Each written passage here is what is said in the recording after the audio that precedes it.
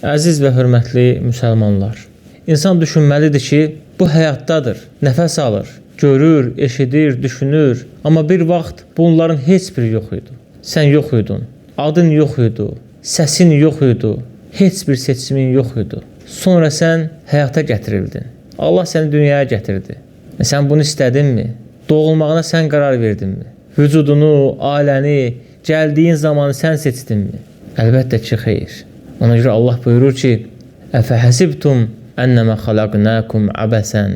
Elə düşünürsünüz ki, biz sizi əbəs yerə yaratmışıq. Bu ayə təhdid deyil, bu ayə məcburiyyət deyil, bu ayə sualdır. Allah insana əmr etmir ki, kör-körana inansın. Allah insana düşünməyi təklif edir. İndi düşün, əgər bu həyat məqsədsizdirsə, niyə haqsızlıq səni narahat edir? Niyə zülm görəndə qəlbin sıxılır? Niyə içində bir səs deyir ki, bu belə olmamalıydı? Əgər hər şey təsadüfdürsə, bu ədalət hissi hardandır? Ona görə Allah buyurur ki, insan elə zənn edir ki, biz onu başlı başına buraxacağıq. Yəni, sorğu-sualsız buraxacağıq. Yəni, insan məsuliyyət daşıyır.